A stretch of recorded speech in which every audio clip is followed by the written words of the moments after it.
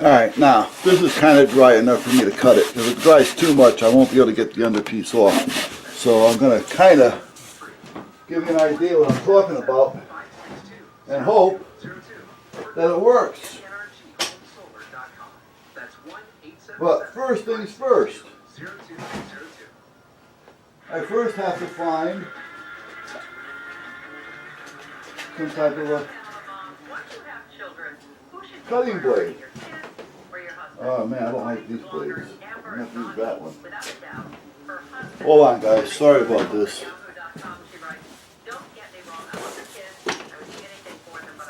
Alright. I had a couple of those smaller blades that had the snap-offs on them, and I don't trust those when I want to cut something that I really have to cut.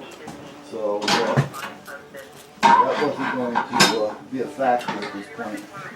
Alright, so I got myself a little T-square here type thing, if that's what you want to call it. And I'm going to put this down. Now the bottom piece is underneath right to here. So it's way beyond. So I'm cutting both pieces at the same time right now. So let me get so I can cut the way I want to cut. And I'm going to push down hard. I'm going to go straight through with a sharp blade right through them both.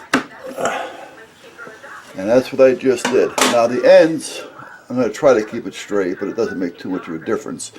As long as I cut through both of them and I get a clean cut, I shouldn't have a problem. Alright. Clean cut is important with a sharp blade. And at this point, I guess I have neither. So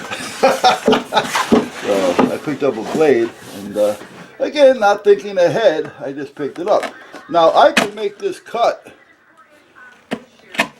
any direction that I want. I mean, I could have just gone zigzag on it. As long as I'm cutting both pieces at the same time, it's not going to make a difference. Alright, now this one, as long as it's got a good cut, I should be able to lift it back. This is the finished piece. And as long as I got a clean cut and I went deep enough, this is not deep enough, so we're going to have to try to follow this piece right here to make sure that I got it. Luckily I got a line here to follow because I went deep enough in some of it. So we want to make sure we have the same cut. Now this just tells me that I didn't have a sharp enough blade and I didn't push down hard enough, because that should have just peeled off. Alright, now I got this little string here, but that's not going to bother me. So this is done. I should be able to push that in. And this is done. Let me get that string out of the way and push that in. And now I got myself a nice clean seam. Other than this little thing. Now it looks like a large tampon. There we go. Now, let me see. Yeah, I got it. Now you really don't need this, but I happen to have it, so I use it. It's just a roller. And it's just helping me seam that. You can do it with just, you know, piece of material, or not, whoops, not piece of material, but come on, roller, do your job. There we go. Anything, you know, you don't need a roller. You can just do it with a cloth in your hand, for instance. So, but that's basically how you get a good seam. You cut them both at the same time. That was the inner piece. Alright, and naturally the outer piece is already disconnected, and it's right here. Alright.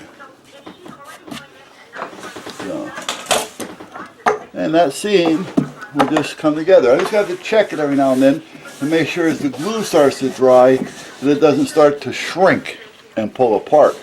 If you're doing wallpaper, depending on the paper, sometimes you have to pay attention to that, because the wallpaper will shrink, and the next thing you know, you have a space. Now, if you get to know your wallpaper, and that's why wallpapering is a trade of its own. Not all painters will wallpaper. And that's the way it was kind of like back years ago. But A wallpaper guy usually won't do anything but wallpapering, and he knows the paper. He'll know if he has to overlap it, because you really don't want to overlap unless you have to, but he knows, you know, what that paper is going to do when it dries, so how much he's got to overlap it so that when it does shrink, it'll be a flush seam without showing space. He also knows that you have to prime the seam before with a darker color, almost like if you're putting up black paneling on a white wall. Well, where the paneling meets, before you put the paneling up, you want to give yourself a 4-inch piece of black paint on that wall, so when the seams go together, you don't see the white shading through if the seams aren't perfect.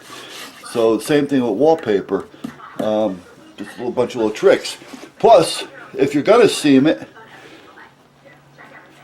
you want to start so that when you walk into the room, you're not looking into the seam. In other words, if I was walking into a room and this was the seam here, I don't want it to be seen this way, because then you're going to see the shadow of the seam. I want it so when you walk in, you're not going to see that. So I would seam it this way so you're not seeing the shadow of the seam, if you follow what I mean here. So, all right, so we're pretty well set there. But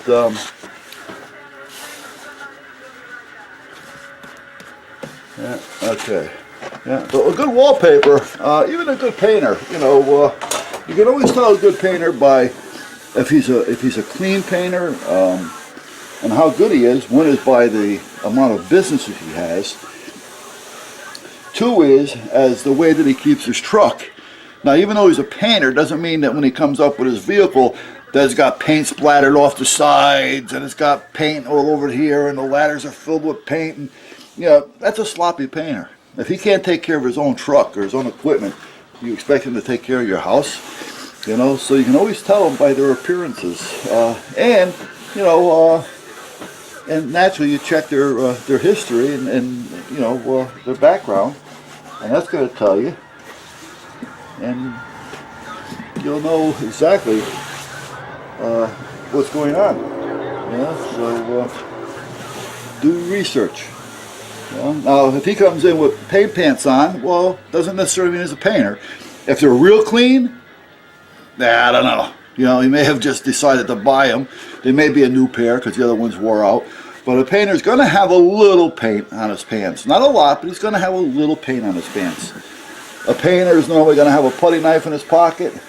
He's going to have a rag stuck in his pocket someplace. You're not going to see him walking around with a hammer. You know, but yeah, you can tell. You can tell. And a wallpaper guy, sometimes the wallpaper guys that I know, they come to work with white shirts and ties on half the time. I mean, they really do. You know, they'll come to work. You came to work, you know, and they take off their sports jacket. They'll take off their tie. They'll hang it on the back of a door someplace. You know, they wash their hands. Naturally, you don't want to get crap on some of this wallpaper. From dirty hands, and then they'll break out their own cutting boards, their own pasting tables, their own pasting brushes, smoothing brushes. They have all their own tools.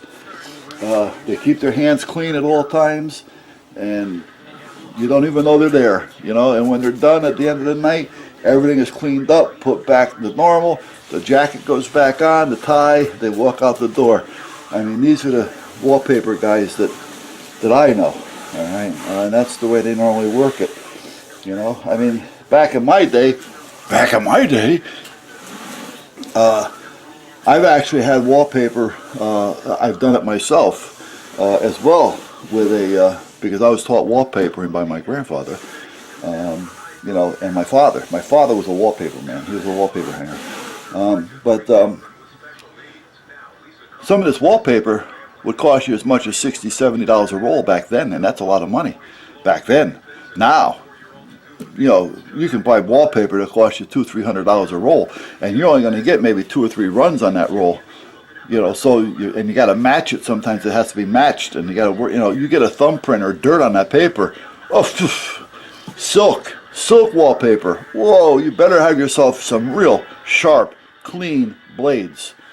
Alright, when you're working with silk wallpaper, otherwise you're going to get a run just like a silk stocking, and you just ruin somebody's wallpaper that cost 150, 200 bucks a roll, that took 4 months to get, and now that job is stuck, all right, for 4 months, all right, while you're waiting, and you have an angry customer at the same time.